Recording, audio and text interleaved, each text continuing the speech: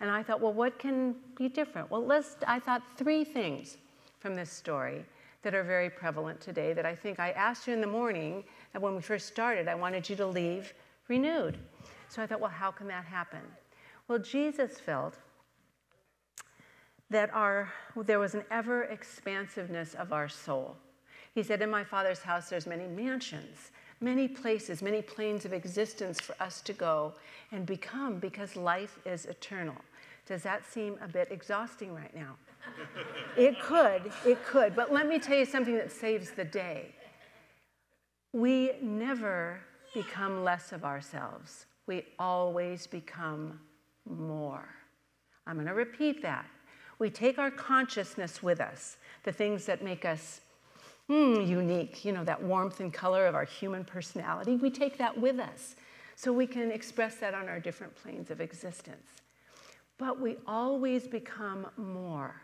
We always have a chance to learn more, to reflect on where we've been and how we could have been better and different. Because this is a growth, a learning, an evolution, as Janet says, of consciousness. So, yes, life is eternal. And Jesus said, or someone said, let me see what I'm going to say next. Oh, yes, I already said that. We carry our consciousness with us. So this is what Ernest Holmes said that I thought was it's so sweet. He said, many of us have lost people we love. Many of us recently have lost people we love. And he said, but something of us has gone with them. We can feel it, but it's nice to hear that that's true, that there's a piece of us that always lasts, because we carry with us in this immortal existence, we carry with us all the learning we've shared, all the love we've had, all the lessons we've learned. So that should be a freeing experience. And also, we don't just have to do the same thing over and over again, but we can learn and grow as we go. Whew. Thank goodness for that. So the second thing, immortality is something about life after life. When we shed this human body, there's something more. There's always something more. But also, immortality is something to be experienced right now in this moment. As I said, Jesus taught about the ever-expansiveness of the expanding soul, but he thought, the gateway to heaven is not by dying. It's by overcoming our limiting beliefs every moment. And Meister Eckhart said, I love this quote, he said, God is delighted to watch your soul grow and enlarge. We're encouraged and supported.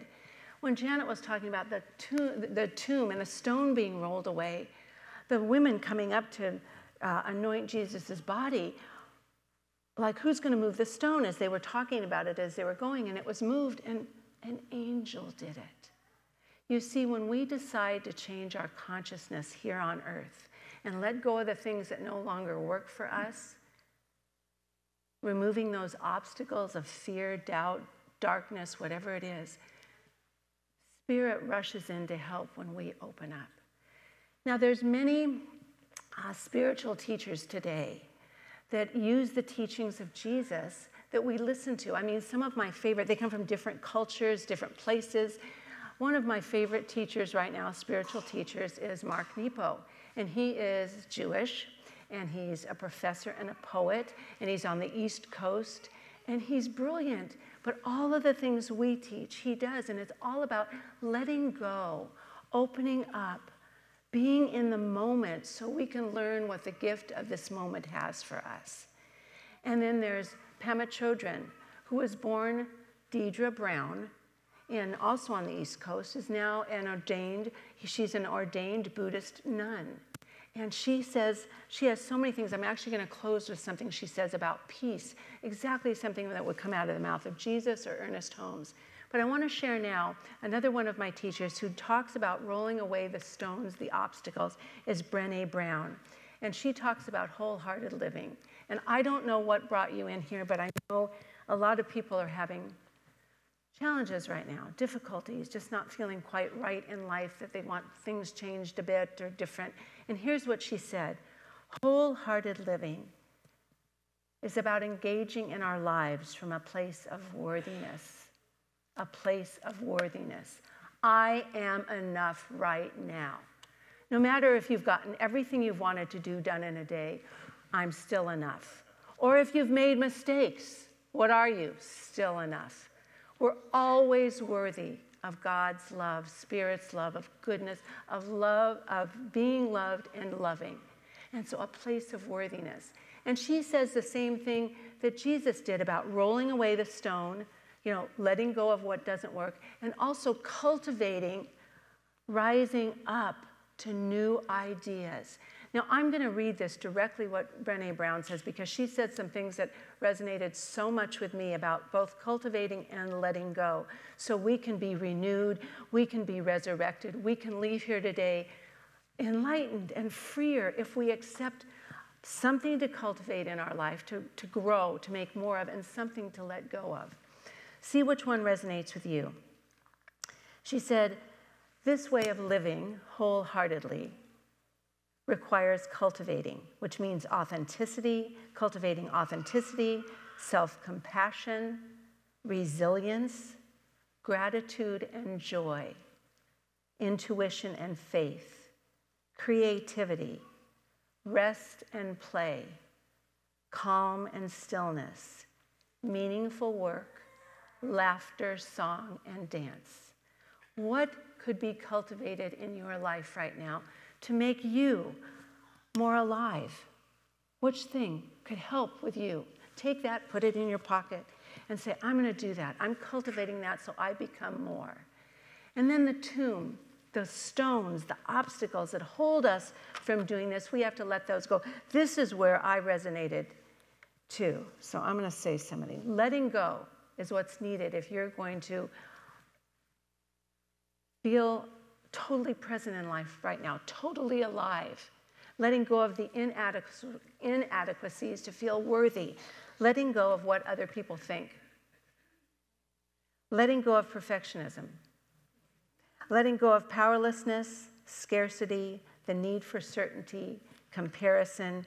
Now this one went boing to me, so I don't even know if I want to read it, but I will because I just admitted that it was what I own, but it's exhaustion as a status symbol.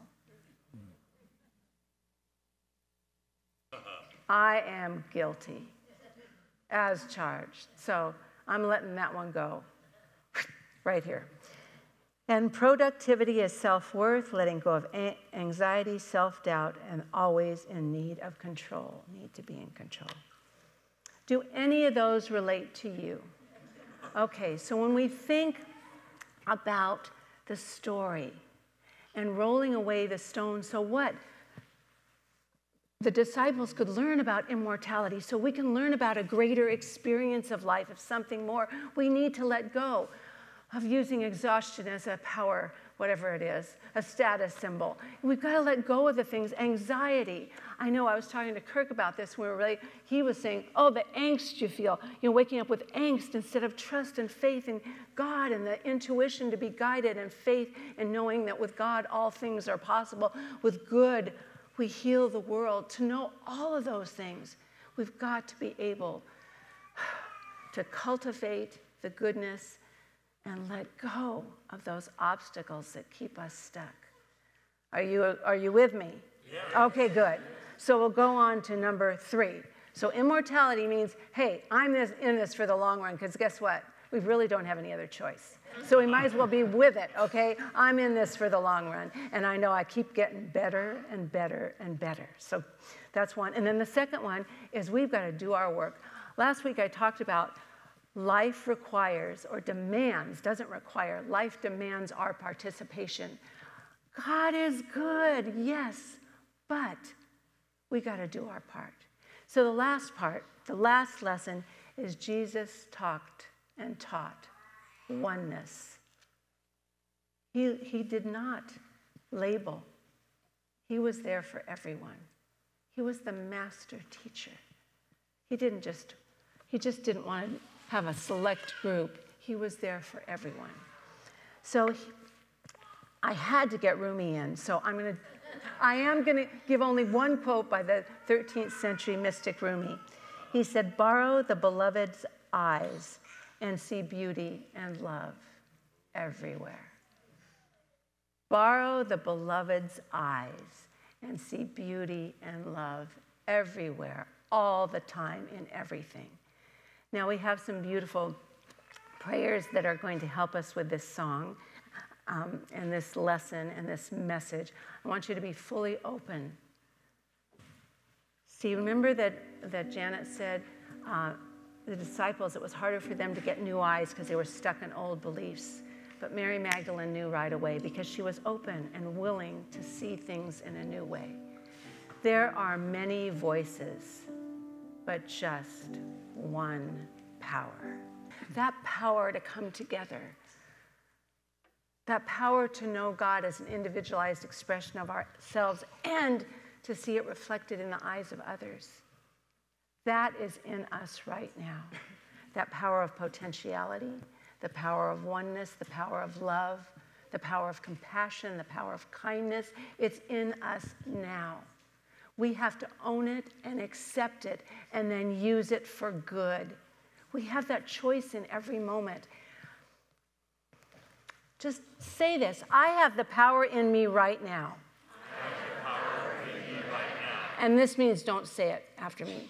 And the power starts with a capital P, okay? It's the big power. It's all-encompassing infinite power. And this part you say, and I use it to do good works. And I use it to do good works, which means, just as Rumi said, you see with the beloved's eyes, and you see love and beauty in everyone and everything. That's the power we have right now, to let go. It doesn't mean we have to think alike. It doesn't mean we have to believe the same things here. We have a whole community of people with unique, original, different thoughts, and we love each other because we listen and we care. It's not about the need to be right. It's about the need to connect and know and care and care. So if that power for good is in us now, we have the responsibility and the need to participate by letting it flow through us right now. So as Gretchen sings this beautiful song, I really want you to let that power, that life force, that aliveness flow through you. So you're cultivating and tending to that which you wanted to grow and releasing and letting go of that which no longer serves. Are you with me?